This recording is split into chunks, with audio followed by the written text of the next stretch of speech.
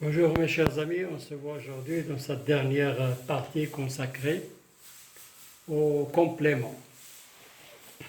Alors, le complément de l'adverbe. Petit a, le complément, c'est un complément de détermination. Il est généralement introduit par une préposition. Exemple, conformément à la loi, le terroriste fut condamné. Voici l'adverbe conformément et son complément, qui est complément d'adverbe, la loi. Donc la loi détermine l'adverbe conformément. Ici, c'est un complément de détermination. Voilà la préposition qu'il introduit à, conformément à la loi. Exemple numéro 2. Il y avait assez de place pour m'installer. L'adverbe assez, le voici. Le complément de l'adverbe place, le voici. Il est introduit par la préposition de. Voilà le complément de détermination. Maintenant, le complément de l'adverbe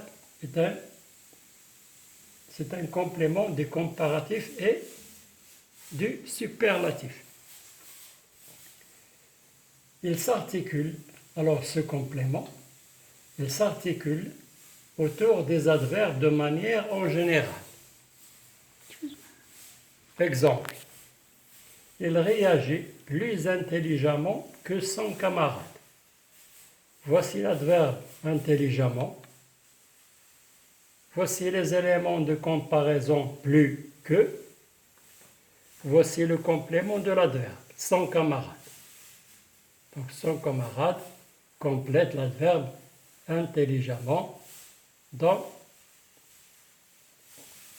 le comparatif. Deuxième exemple. Elle va mieux aujourd'hui. L'adverbe mieux, son complément aujourd'hui. On est toujours ici dans le cadre des comparatifs. Mieux qu'il y ait un comparatif irrégulier, au lieu de dire plus bien, on dit mieux. Ça y est, je passe. Maintenant, l'exemple du superlatif. C'est elle qui réussit le mieux de tous. Voilà le superlatif le mieux, et voilà son complément de tous. Je vous ai dit dans la vidéo précédente la différence entre le comparatif et le superlatif. Alors, pour le comparatif, il faut obligatoirement relever ou bien repérer les éléments de comparaison plus que. Pour le superlatif, il est obligatoirement d'introduire l'article défini, évidemment, et l'élément de comparaison. Mieux. Alors, le mieux, c'est un superlatif. On passe maintenant à notre complément, c'est le complément d'agent. Il exprime, le complément d'agent, il exprime l'agent par qui une action est faite. Il est introduit par la préposition de par. De et par.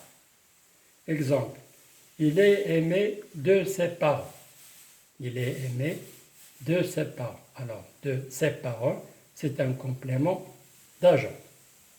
Deuxième exemple, sa maison fut pillée par des voleurs. Voici le complément d'agent. Des voleurs introduit par,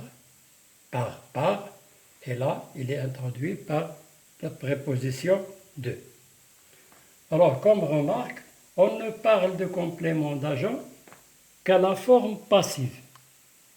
C'est le seul cas où on peut parler de complément d'agent, c'est-à-dire quand il s'agit de la forme passive. Alors là, je vous fais une récapitulation pour finir ou bien clore ce problème de complément. Alors, on a commencé par tout sur le complément, la première leçon.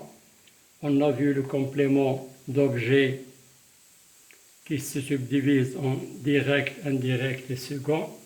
On a vu le complément circonstanciel, de but, de temps, de manière, de cause, etc.